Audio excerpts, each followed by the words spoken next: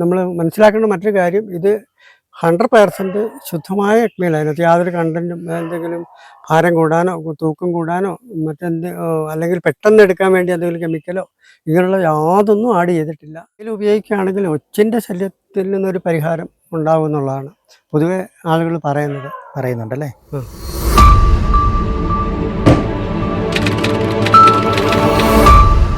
നമസ്കാരം, എൻ്റെ പേര് സദാശിവൻ എന്നാണ്.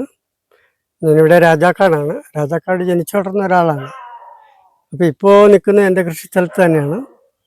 ഞാനിവിടെ അഗ്രോഡ് എക്മീലൊരു ഏകദേശം ഒരു 4 മാസത്തോളമായിട്ട് ചെയ്യുന്നുണ്ട്. ഈ എക്മീലിന് നല്ല റിസൾട്ടാണെന്നാണ് എൻ്റെ അനുഭവത്തിൽ എനിക്ക് പഠിക്കാൻ കഴിഞ്ഞത്. ഇപ്പോൾ ഒരുവിധം നന്നായിട്ട് മറ്റ് മിക്ക സ്ഥലങ്ങളിലും ഇല്ലാത്ത വിധത്തിലൊരു നല്ല കായുണ്ട്.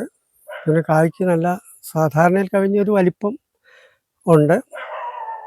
അതുപോലെ തന്നെ ചെടിക്ക് നല്ല കരുത്താണ്. ചെടിക്ക് നല്ല ഹൈറ്റ് ഉണ്ട്. ഒരു 20 അടിയോളം, ഏകദേശം 20 അടിയോളം അടുത്ത് ഇതിന് ഹൈറ്റ് ഉണ്ടെങ്കിലും ചെടി അങ്ങനെ ഒടിയാത്തൊരവസ്ഥയുണ്ട്. പിന്നെ അത് നല്ല നാരുകെട്ടിയുണ്ട് എന്നുള്ളതാണ് അതിൻ്റെ കാരണം മെയിനായിട്ടുള്ളത്. അതിൻ്റെ കാൽസ്യത്തിൻ്റെ ഒരു സമൃദ്ധമായിട്ടുള്ള ഒരു ശേഖരമാണ് ഈ എക്മീൽ എന്ന് പറയുന്നത്. എത്ര നാളുകളായിട്ട് ഇത് ഉപയോഗിക്കുന്നുണ്ട്? ഇപ്പം ഞാനൊരു 4 മാസമായിട്ട് എക്മീൽ ഉപയോഗിക്കുന്നുണ്ട്. ഇപ്പം ഏകദേശം ഒരു ചെടിക്ക് ഒരു 1.5 കിലോ എക്മീൽ വെച്ച് ഞാൻ ഇതിൻ്റെ ഈ 4 മാസത്തിനുള്ളിൽ ഇട്ടിട്ടുണ്ട്. 1.5 കിലോ വെച്ച് അല്ലേ? അവർ 1.5 കിലോ വെച്ചിട്ടുണ്ട്. അതിൻ്റെത് നല്ല റിസൾട്ട് ഉണ്ട് എന്നാണ് ഇപ്പോൾ ഈ അനുഭവം കാണിക്കുന്നത്. ഞാൻ ഈ എക്മീൽ ഉപയോഗിക്കാൻ തുടങ്ങിയിട്ട് ഇപ്പോൾ ഒരു 4 മാസങ്ങളെ ആയിട്ടുള്ളൂ. ഈ 4 മാസം കൊണ്ട് ചെടിക്ക് ഒരുപാട് മാറ്റങ്ങളുണ്ട്. ഇപ്പം നമുക്കറിയാം, ഇപ്പോഴൊക്കെ എല്ലാ സ്ഥലങ്ങളിലും കായ പിടിച്ചു വരുന്നേ ഉള്ളൂ. 1-2 കായ മിക്ക സ്ഥലങ്ങളിലും ഉള്ളൂ. എവിടെ നോക്കിയാലും അതെ, കാരണം പൊതുവുള്ള അവസ്ഥയാണ്. മഴയില്ലായിരുന്നല്ലോ, മഴയില്ലായിരുന്നു. അപ്പൊ ഇത് ഒരു കൊത്തില്ല, ഒരു 7 കാ വരെ, അത് നമുക്ക് എണ്ണി നോക്കിയാൽ കാണിച്ചു തരാം. ഞാൻ എണ്ണി കാണിച്ചു തരാം. ഒരു 7 കാ വരെ ഒരു കൊത്തെ പിടിച്ചിട്ടുണ്ട്. ഇത് 1, 2, 3, 4, 5, 6, ഇതിൽ 6 കായാണ് പിടിച്ചിരിക്കുന്നത്. എന്നാല് ചില കൊത്തിൽ 7 കായുണ്ട്. ഇത് 1, 2, 3, 4, 5, 6, 7, 8 കായാണ്. 8 കാ പിടിച്ചിട്ടുണ്ട്. അപ്പൊ കഴിഞ്ഞ വർഷത്തെ അപേക്ഷിച്ച് ഒരു 3 ഇരട്ടി വിളവ് ഇത്തവണ കൂടുതലുണ്ട്. ഇപ്പൊ തന്നെ നാളെ കായെടുക്കാൻ പോവാ. നല്ല സമൃദ്ധമായിട്ടുള്ള ഒരു വിളവായി. ഇപ്പൊ ഞാൻ ഈ പ്രദേശത്ത് എല്ലാ സ്ഥലങ്ങളിലും പോകുന്ന ഒരാളാണ്, എക്മീൽ സപ്ലൈ ചെയ്യാനൊക്കെ ആയിട്ട് പോകുന്ന ഒരാളാണ്. അപ്പൊ ഒരിടത്തും ഇതുപോലെ കാ കണ്ടില്ല. ഒരിടത്തും. കാരണം നമ്മുടെ ഈ രാജകുമാരി പഞ്ചായത്തിലോ അല്ലെങ്കിൽ രാജാക്കാട് പഞ്ചായത്തിലോ സേനാപതി പഞ്ചായത്തിലോ ഞാൻ കണ്ടില്ല. ഒരു പക്ഷെ ഉണ്ടായിരിക്കും, ഇല്ലെന്നൊന്നും ഞാൻ പറയുന്നില്ല. പക്ഷെ നമ്മൾ ശ്രദ്ധിക്കേണ്ട ഒരു കാര്യം, എക്മീൽ ഉപയോഗിച്ചു കഴിഞ്ഞാൽ റിസൾട്ട് ഉണ്ടെന്നുള്ളത് 100% ഉറപ്പാണ്. അത് കാൽസ്യമാണ് അതിനകത്തുള്ളത്. ഈ എക്മീൽ ഒറ്റയടിക്ക് നമുക്ക് എടുത്ത് കിട്ടുമെന്നോ പെട്ടെന്ന് റിസൾട്ട് കിട്ടുമെന്ന് നമ്മൾ ധരിക്കരുത്. എക്മീൽ കുറച്ച് എടുക്കുന്നത്. കെമിക്കൽ കണ്ടന്റ് അല്ലല്ലേ ഇത്. കെമിക്കൽ സ്വാഭാവികമായിട്ട് ഓർഗാനിക് ആണ്. ജൈവ വസ്തുവാണ് എക്മീൽ. മുട്ടത്തോടാണുള്ള സാധനം. അത് ക്രമേണ കുറച്ച് എടുക്കുള്ളൂ. പക്ഷെ അത് ക്രമമായിട്ട് നമുക്ക് ഈ കാൽസ്യം കിട്ടിക്കൊണ്ടേയിരിക്കും. ഒരു വർഷം മുഴുവൻ നമുക്ക് കിട്ടും. അതാണ് ഇതിന്റെ ഒരു പ്രയോജനം. അതേസമയത്ത് കെമിക്കൽ കാൽസ്യം നമ്മൾ ഉപയോഗിക്കുമ്പോഴുള്ള പ്രശ്നം എന്താണെന്ന് വെച്ചാൽ വളരെ പെട്ടെന്ന് തന്നെ ചെടി ആഗിരണം ചെയ്യും, പെട്ടെന്ന് തന്നെ ഇതെടുക്കും. പിന്നെ നമ്മൾ എന്ത് കെമിക്കൽ നമ്മൾ മണ്ണിലേക്ക് ഉപയോഗിക്കുമ്പോഴും മണ്ണിന്റെ ഫലപുഷ്ടി നശിക്കും എന്നുള്ളൊരു സത്യസന്ധമായ ഒരു വസ്തുതയാണ്. ഞാൻ ചെറിയൊരു ഉദാഹരണം പറയാം. അതായത് നമുക്കറിയാം, അന്തരീക്ഷത്തിൽ 78% നൈട്രജനാണ്. മഴ പെയ്യുമ്പം ഈ നൈട്രജൻ ഭൂമിയിലേക്ക് വരും, നമുക്കറിയാതെ. അപ്പം നൈട്രജൻ ഭൂമിയിലേക്ക് വരുമ്പോൾ ഈ നൈട്രജനെ ചെടികൾക്കെടുത്ത് ഈ ചെടികൾക്ക് വളമായി തീരേണ്ടതിന് വേണ്ടിയാണ് ഈ നൈട്രജൻ ഭൂമിയിലേക്ക് വരുന്നത്.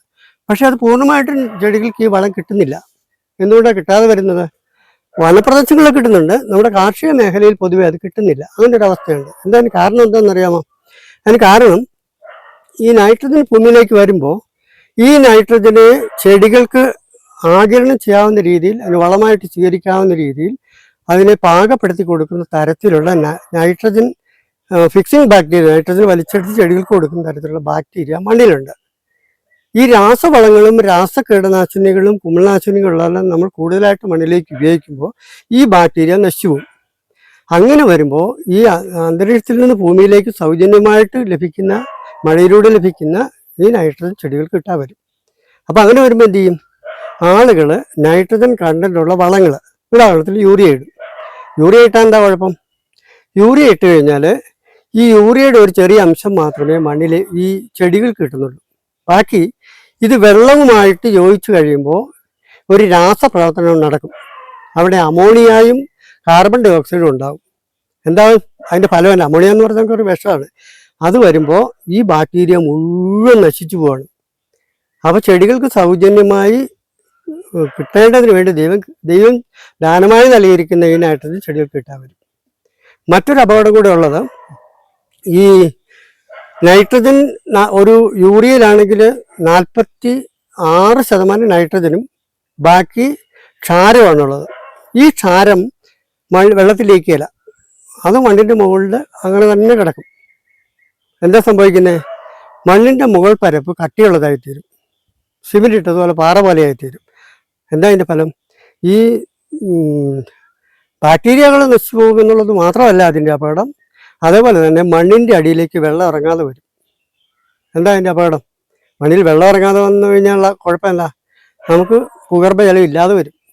രാസവളം ഉപയോഗിക്കുന്നതിൻ്റെ അല്ലെങ്കിൽ കെമിക്കൽ ഉപയോഗിക്കുന്നതിൻ്റെ അപകടത്തെക്കുറിച്ച് ഞാൻ പറയുന്നത്. പിന്നെ മറ്റൊരു വലിയ അപകടം ഉള്ളത് എന്താണെന്ന് ചോദിച്ചു കഴിഞ്ഞാൽ, നമുക്ക് മണ്ണിരയില്ല. ഇപ്പോൾ ഒരു സ്ഥലങ്ങളിലും മണ്ണിരയില്ല. ഈ കെമിക്കൽ ഫാമിങ് നടത്തുന്ന ഒരു സ്ഥലങ്ങളിലും നമുക്ക് മണ്ണിരയെ കാണാൻ സാധ്യമല്ല. അപ്പം മണ്ണിരയ്ക്ക് എന്താ സംഭവിച്ചത്? ഈ മണ്ണിൻ്റെ അടിയിലേക്ക് പോയി സമാധിയിരിക്കുകയാണ്. മണ്ണിര പൂർണ്ണമായിട്ട് നശിച്ചു പോയിട്ടില്ല, നശിപ്പിക്കാൻ സാധ്യമല്ല. അത് 15 അടി വരെ താഴേക്ക് പോയി സമാധിയിരിക്കുക. അപ്പം നമ്മൾ കൂടുതലായിട്ടുള്ള ജൈവ വളങ്ങൾ ഉപയോഗിക്കുകയാണെങ്കിൽ, ഒരു ലളിതമായ ഉദാഹരണം പറഞ്ഞാൽ, നമുക്ക് പശുവുണ്ട്, ധാരാളം നമുക്ക് ചാണകം ഉപയോഗിക്കാം. ഈ ചാണകം ഇടുകയാണെങ്കിൽ ഉടനെ മണ്ണിര ഉണ്ടാവും, മണ്ണിര ഉണ്ടാവും. അപ്പം ഞാനീ പറഞ്ഞു വന്നത്, രാസവളങ്ങളോ രാസകീടനാശിനികളോ കുമിൾനാശിനികളോ ഉപയോഗിക്കുന്നതിൻ്റെ ഒരു അപകടത്തിൻ്റെ ഒരു ചെറിയ ഉദാഹരണം മാത്രമാണ്. അതുപോലെ വേറെ ഒരുപാട് കാര്യങ്ങളുണ്ട്. ഇതിൻ്റെ നമുക്ക് പോലും ഒരുപക്ഷെ നമുക്ക് തിരിച്ചറിയാൻ അറിയാത്ത അല്ലെങ്കിൽ മനസ്സിലാക്കാത്ത അപകടങ്ങളൊക്കെ ഇതിൻ്റെ പിന്നിൽ ഉണ്ടായിരിക്കാം എന്ന് നമുക്ക് കരുതാം. അതുകൊണ്ട് നമുക്ക് ഇതൊന്നും പൂർണ്ണമായിട്ട് ഉപേക്ഷിച്ചുകൊണ്ട് ഇനി ഒരു പുതിയ ജൈവ കൃഷിയെ കുറിച്ചല്ല ഞാൻ പറയുന്നത്. അതൊന്നും സാധ്യമല്ല എന്ന് നിങ്ങൾ പറഞ്ഞേക്കാം. അത് ഞാൻ അതിനോട് യോജിക്കുന്നത്. പൂർണ്ണമായിട്ട് സാധ്യമല്ല, എങ്കിലും നമുക്കൊക്കെ ഒരുപാട് മാറ്റങ്ങൾ വരുത്താൻ കഴിയും. അത് അതിൻ്റെ ഒരു ഉദാഹരണമാണ് നമ്മൾ ഈ എക്പേൽ ഉപയോഗിക്കുന്നത്. എക്പേൽ ഉപയോഗിക്കുമ്പോൾ നമുക്ക് ഈ കെമിക്കൽ കാൽസ്യം ഉപയോഗിക്കേണ്ട, നിലനിൽക്കുന്ന ഗുണം നമുക്ക് കിട്ടുകയും ചെയ്യും. ചെടികൾക്ക് ആരോഗ്യം കിട്ടും. അതുപോലെ തന്നെ നല്ല ഓയിൽ കണ്ടന്റുള്ള നല്ല ഏലക്ക നമുക്ക് കിട്ടുകയും ചെയ്യും. നല്ല കരുത്ത് കിട്ടും, കായ്ക്ക് വലിപ്പം ഉണ്ടാകുന്ന ഒരുപാട് ഗുണങ്ങൾ ഉണ്ട്. ഇതിപ്പോൾ ചെടികൾക്ക് എങ്ങനെ ഉപയോഗിക്കുന്നത്? ഇത് റൗണ്ട് ചെയ്ത് ചുവട്ടിലിടുവാണോ? അത് എവിടെ വേണമെങ്കിലും ഇത് കെമിക്കൽ അല്ലല്ലോ, അകത്തോ പുറത്തോ എവിടെ വേണമെങ്കിലും ഇടാമല്ലേ? ഞങ്ങൾ 2 തരത്തിലുള്ള എക്മീൽ ആളുകൾക്ക് കൊടുക്കുന്നുണ്ട്. അതെന്താണ്? ഒന്ന് ബ്രൗൺ കളറിലുള്ള എക്മീൽ.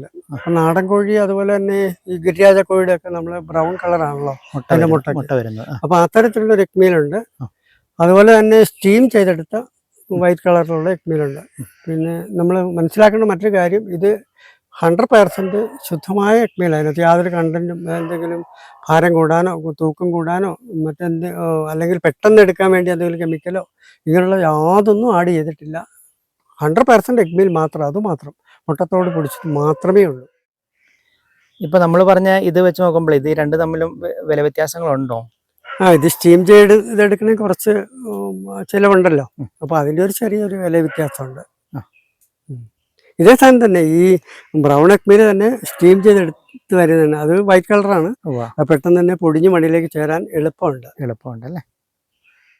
ചേട്ടാ, ഈ കുറച്ച് നാളുകളായിട്ട് എഗ്മീൽ നമ്മുടെ ഇങ്ങനെ സുലഭമായി ലഭിക്കുന്നുണ്ട് നമ്മുടെ ഏലത്തോട്ടങ്ങളിലൊക്കെ ഉപയോഗിക്കാനായിട്ട്. അപ്പോൾ ഒരുപാട് ജനങ്ങൾക്ക് ഒരുപാട് സംശയങ്ങളുണ്ട്. ഇത്രമാത്രം മുട്ടത്തോടുകൾ എവിടെ നിന്ന് ലഭിക്കുന്നു, ഇതൊക്കെ സത്യമുള്ള കാര്യമാണോ അതോ ഇങ്ങനെ വ്യാജനായിട്ട് ഇങ്ങനെ ഇറക്കണമാണോ എന്നൊക്കെ തോന്നുന്നു. അപ്പോൾ ശരിക്കും നമ്മുടെ ഈ എഗ്മീലിനെ പറ്റി എന്താ പറയുന്നത്? ഇത് എവിടെ നിന്ന് ശരിക്കും ഈ ഇതുപോലുള്ള മുട്ടത്തോടുകൾ ലഭിക്കുന്നത്? അത് ഈ എഗ്മീൽ എന്ന് പറഞ്ഞാൽ ഇത് നൈസായിട്ട് പൊടിയല്ലല്ലോ, ചെറുതായിട്ടുള്ള ചിപ്സ് രൂപത്തിലല്ലേ ലഭിക്കുന്നത്. അപ്പോൾ അത് എഗ്മീലാണെന്ന് ഉറപ്പ് വരുത്തുന്ന കാര്യത്തിൽ നമുക്ക് സംശയമൊന്നുമില്ല. ആർക്കും വ്യക്തമായിട്ട് മനസ്സിലാവുന്നൊരു കൈകൊണ്ട് എടുത്തു കഴിഞ്ഞാലോ കഴുകി നോക്കിയാലൊക്കെ നമുക്ക് വ്യക്തമാകുന്നൊരു കാര്യമാണല്ലോ. ഇത് എഗ്മീൽ തന്നെയാണ്, അക്കാര്യത്തിൽ നമ്മൾ സംശയിക്കൊന്നും വേണ്ട. പിന്നെ ഇത് എവിടെ നിന്നാണ് ഇത്രയധികം എഗ്മീൽ ലഭിക്കുന്നതെന്നല്ല രണ്ടാമത്തെ ചോദ്യം. ഇപ്പം ഇത് പണ്ടൊന്നും എഗ്മീൽ അങ്ങനെ ഉപയോഗിച്ചുകൊണ്ടിരുന്നില്ല. നമ്മളൊക്കെ വല്ല റോസാ ചെടിക്കോ വല്ല ഒക്കെ വീട്ടിലിട്ട്, അതല്ലാതെ വ്യാപകമായിട്ട് ആരും എഗ്മീൽ ഉപയോഗിച്ചുകൊണ്ടിരുന്നില്ല. പക്ഷെ ഇതിൻ്റെ പ്രാധാന്യം ഇതിൻ്റെ ഗുണത്തെക്കുറിച്ചൊക്കെ മനസ്സിലാക്കിയപ്പോൾ ഇപ്പോൾ വ്യാപകമായിട്ട് ആളുകൾ ഉപയോഗിക്കാൻ തുടങ്ങി. അത് മെയിനായിട്ട് ഏലത്തിനാണ്, ഹൈറേഞ്ചിലുള്ള ഏലത്തിനാണ് മെയിനായിട്ട് ഉപയോഗിക്കുന്നത്. മറ്റു സ്ഥലങ്ങളിലൊക്കെ ഉപയോഗിക്കാൻ ആരംഭിച്ചിട്ടുണ്ട് ഇപ്പോൾ, കാരണം അതിൻ്റെ ഗുണം അത് മനസ്സിലാക്കിയതുകൊണ്ടാണ്. അപ്പോൾ ഹൈറേഞ്ചിലേക്കുള്ള വളം തന്നെയാണ് ഇപ്പോൾ ഇത് ഉപയോഗിക്കുന്നത്. ഹൈറേഞ്ചിലാണ് മെയിനായിട്ട് ഉപയോഗിക്കുന്നത്, ഒരു 90% അപ്പോൾ ഇത് മെയിനായിട്ട് വരുന്നത് ഈ ലക്ഷക്കണക്കിന് മുട്ടകൾ ഒരേ സമയം പൊരുന്ന് വെച്ച് വിരിയിക്കുന്ന ഹാച്ചറികളിൽ നിന്നാണ്. അപ്പോൾ അവിടെ നിന്ന് അത് വാഷ് ചെയ്ത് ക്ലീൻ ചെയ്ത് അതിന് ശേഷം ഇങ്ങനെ ഈ ചിപ്സ് രൂപത്തിലേക്ക് മാറ്റിയെടുക്കുന്നത്. അതായത് ഇപ്പോൾ അങ്ങനെയുള്ള പ്രശ്നങ്ങളൊന്നും ഇല്ല. ധാരാളമായിട്ട് എഗ്മീൽ ലഭ്യമാണ്, ഒറിജിനൽ എഗ്മീൽ തന്നെ ലഭ്യമാണ്. അതിനെക്കുറിച്ച് ഉൾക്കേണ്ടതൊന്നും വേണ്ട. ഇത് എഗ്മീൽ തന്നെയാണ്, അക്കാര്യത്തിലൊന്നും സംശയമില്ല. അത് തന്നെയല്ല ഇപ്പോൾ വേണ്ടത്ര ലഭ്യമാണെന്നുള്ളതിനും സംശയമൊന്നുമില്ല. ഇപ്പൊ നമ്മൾ എഗ്മീൽ ഉപയോഗിക്കുന്നതോടൊപ്പം തന്നെ മറ്റുള്ള വളങ്ങളും കൊടുക്കുന്നതിന് കുഴപ്പമുണ്ടോ നമ്മുടെ ഈ ഇല്ലില്ല, ഇത് ഓർഗാനിക് അല്ലേ, ഇത് യാതൊരു പ്രശ്നവുമില്ല. അപ്പൊ നമ്മൾ ചാണകവും എല്ലുപൊടിയൊക്കെ ഉപയോഗിക്കുമ്പോൾ മറ്റെല്ലാ വളങ്ങളും നമ്മൾ ഉപയോഗിക്കാമല്ലോ. എന്നത് കെമിക്കൽ ഉപയോഗിക്കുന്നതിനും കുഴപ്പമൊന്നുമില്ല. അപ്പൊ കെമിക്കലിന്റെ അളവ് കുറയ്ക്കാം എന്നുള്ളത് മാത്രമേ. അത് നല്ലതാണ്, പൂർണ്ണമായിട്ടും ജൈവ നല്ലതാണ് ഉപയോഗിക്കുന്നത് കുറയ്ക്കുവാണെങ്കിൽ. എല്ലാ വളങ്ങളും ഉപയോഗിക്കാം നമുക്ക്, കെമിക്കലും അതുപോലെ തന്നെ നമുക്ക് എല്ലാ തരത്തിലുള്ള മരുന്നുകളും നമുക്ക് അടിക്കാം. അതിനൊന്നും പ്രശ്നമില്ല, ഞാനൊക്കെ ചെയ്യുന്നുണ്ട്. ഇപ്പൊ ഇത് മാത്രമല്ല ഉപയോഗിക്കുന്നത്. ഇപ്പൊ നമ്മൾ മനസ്സിലാക്കേണ്ട ഒരു കാര്യം, ഏലത്തിന്റെ വളർച്ചയ്ക്കും അതിന്റെ കായ് ഉൽപാദനത്തിനും ഏറ്റവും പ്രധാനം എന്ന് പറയുന്നത് അതിന്റെ വേരാണ്. ശരിയല്ലേ? വേരിന്റെ വേരുണ്ടെങ്കിൽ വേര് ശരിയല്ലെങ്കിൽ വേര് വേണം. റൂട്ട് ശരിയായാലേ ഫ്രൂട്ട് ശരിയാവുള്ളൂ എന്നാ പറയുന്നത്. അപ്പൊ റൂട്ട് ആദ്യം ശരിയാകണം. അപ്പൊ റൂട്ട് ശരിയാകാൻ വേണ്ടിയുള്ളതെല്ലാം നമ്മൾ ആദ്യം ചെയ്തിരിക്കണം, അടിസ്ഥാനപരമായിട്ട് ചെയ്തിരിക്കണം. അതൊക്കെ ചെയ്യുന്നുണ്ട്. വേപ്പിണ്ണാക്ക് വേണമെങ്കിൽ ഇടാം. അതുപോലെ തന്നെ വേര് ശരിയാകാനുള്ള ഒരുപാട് മരുന്നുകളും കാര്യങ്ങളൊക്കെ ഉണ്ടല്ലോ, അതൊക്കെ നമുക്ക് ചെയ്യാം. അത് കഴിയുമ്പോൾ വേര് ശരിയായി കഴിഞ്ഞാണ് പിന്നെ വളങ്ങൾ നമ്മൾ ചെയ്യേണ്ടിയിരിക്കുന്നത്. പിന്നെ ഫിസേറിയം പോലുള്ള പ്രശ്നങ്ങളൊന്നും വ്യാപകമാണ്, അതിനുള്ള പ്രതിവിധി നമ്മൾ ചെയ്യേണ്ടതുണ്ട്, അതൊക്കെ ചെയ്യുന്നുണ്ട്. ഇപ്പൊ നമുക്ക് ഈ ബ്രാൻഡിലുള്ള എഗ്മീൽ ഇപ്പൊ എവിടെയാണ് ലഭിക്കുന്നത് നിലവിൽ? എവിടെയാണെങ്കിലും ആളുകളുടെ ഓർഡർ അനുസരിച്ച് ഞങ്ങൾ തന്നെ സ്ഥലത്ത് എത്തിച്ചു കൊടുക്കുന്നുണ്ടല്ലേ? പിന്നെ എഗ്മീൽ ഉപയോഗിക്കുകയാണെങ്കിൽ ഒച്ചിൻ്റെ ശല്യത്തിൽ നിന്നൊരു പരിഹാരം ഉണ്ടാവും എന്നുള്ളതാണ് പൊതുവെ ആളുകൾ പറയുന്നുണ്ടല്ലേ? അങ്ങനെ ഒരു അഭിപ്രായം പൊതുവെ കർഷകർക്കിടയിലുണ്ട്. ഇതിട്ട തോട്ടങ്ങളിൽ നിന്നുള്ളതാണല്ലേ?